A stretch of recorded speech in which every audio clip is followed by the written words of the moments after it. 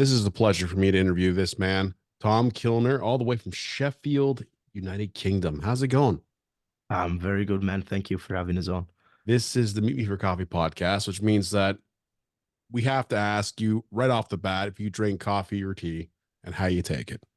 I'm a bit of both, to be fair. Okay. I've got no allegiances to tea or coffee, but at the minute I seem to be going through a tea phase.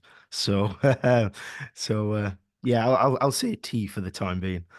This is a pretty interesting episode because we're going to talk about your newest record, Borrowed Time.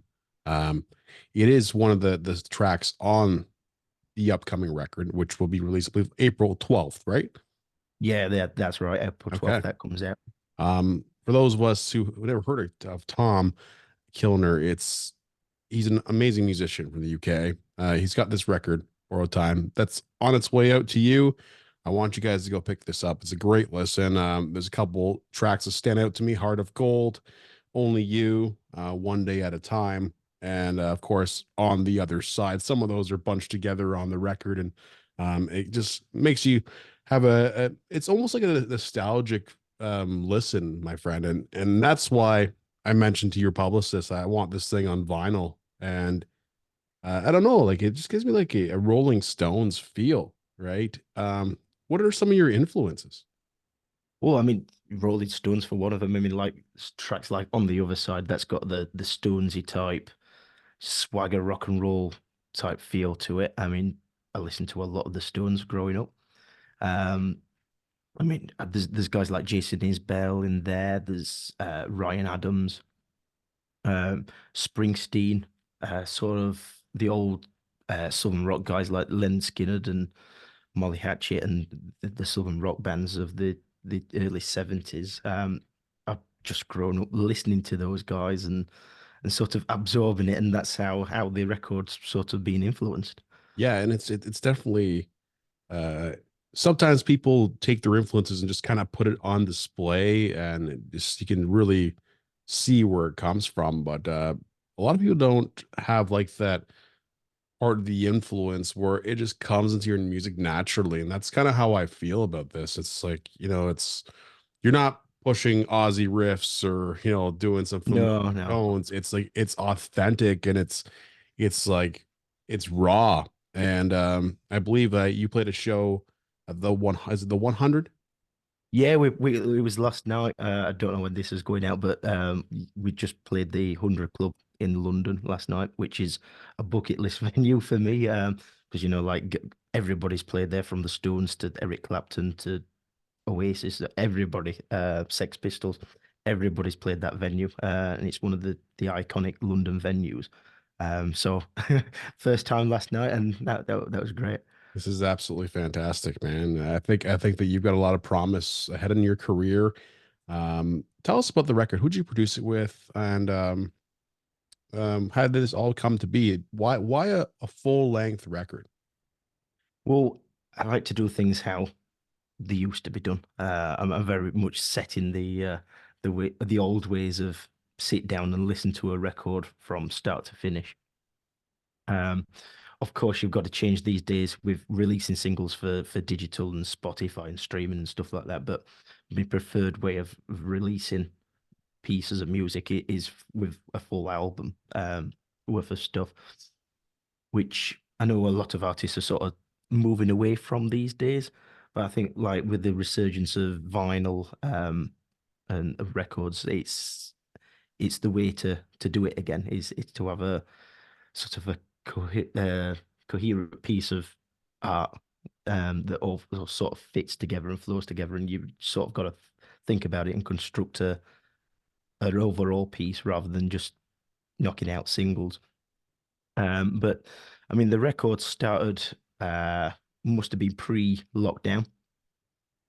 Some of the songs like Light It Up and On the Other Side have been in my set since about 2015, to be fair.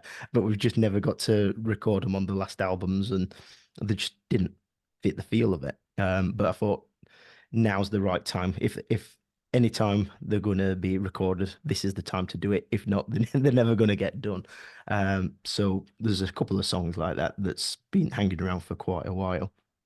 But the main bulk of it was written in the lockdowns and the pandemic times and all that lot. I mean, Cosmic Sounds is the first track on the record.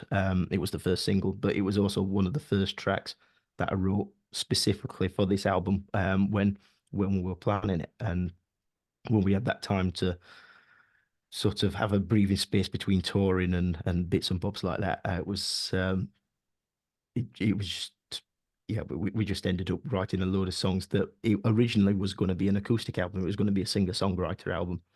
But then when we could see each other all again and get in a room and play together, it was like we're going to be adding drums to it, we're adding bass to it, we're adding keys. So then it became a full-blown band record, and that's just sort of how it's developed, really.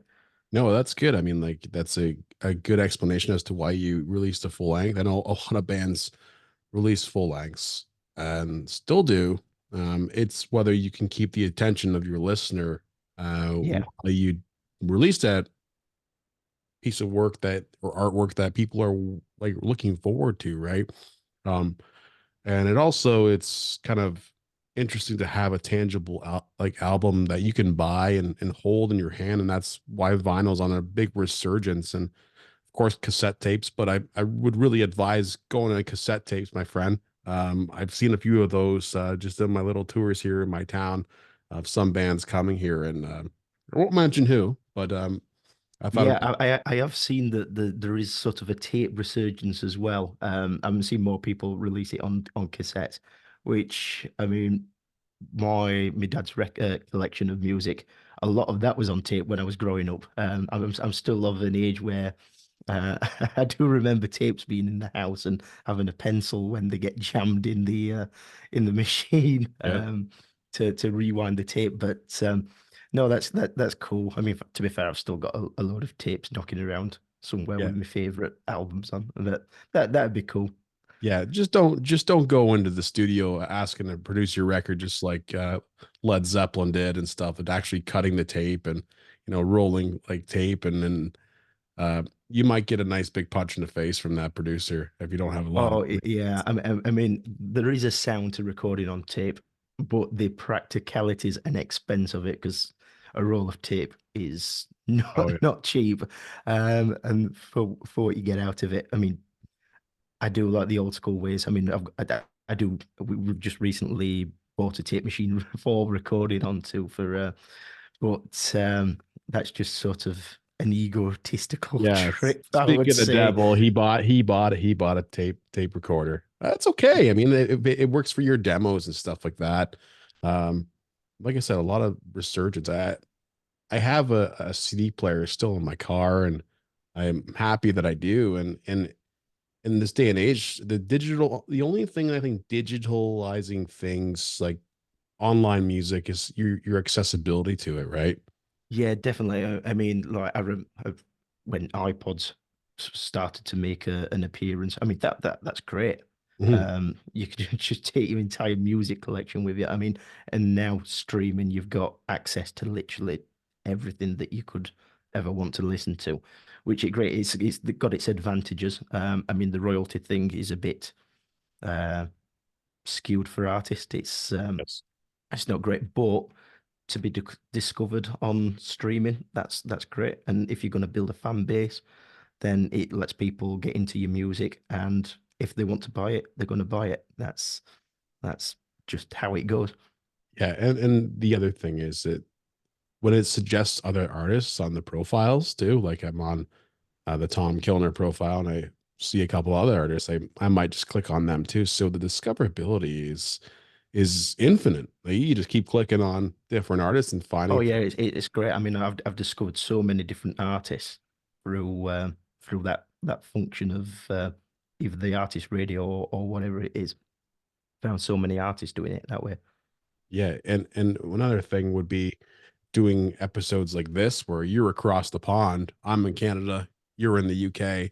We're able to do this face to face, talk, have a good conversation, and present this to people who may not know about you in this side of the pond or maybe somebody in India hears this podcast, right? So, I mean, it goes up on Spotify or wherever, and people are able to reach it and listen to it and then go and access your music. And that's the best thing about the digitalization of our society. I think just the music portion of it, not the royalty part, but like the distribution of music and podcasts and people's voices. And if you're able to kind of get into that, you can discover some pretty good material. Bands. What are some bands that are local to you that you like to promote? Well, we've just done. Sorry, got a frog in my throat. We've just done the launch show. Oh God, man, It's all good. I'm dying. I'm Let it out. dying. Um, yeah, so we've just done a show in Sheffield with some guys called the Rambling Preachers, which they're um, from Milton Keynes, which is a few hours away from us. So, I mean, in the grand scheme of things in the UK, that's not a great distance when you're talking like US than American distances. But they're a great set of guys, really cool music. There's like local bands for us in Sheffield, like the Lightning Threads. They're a real cool trio. Um, Sort of rootsy kind of vibe to that.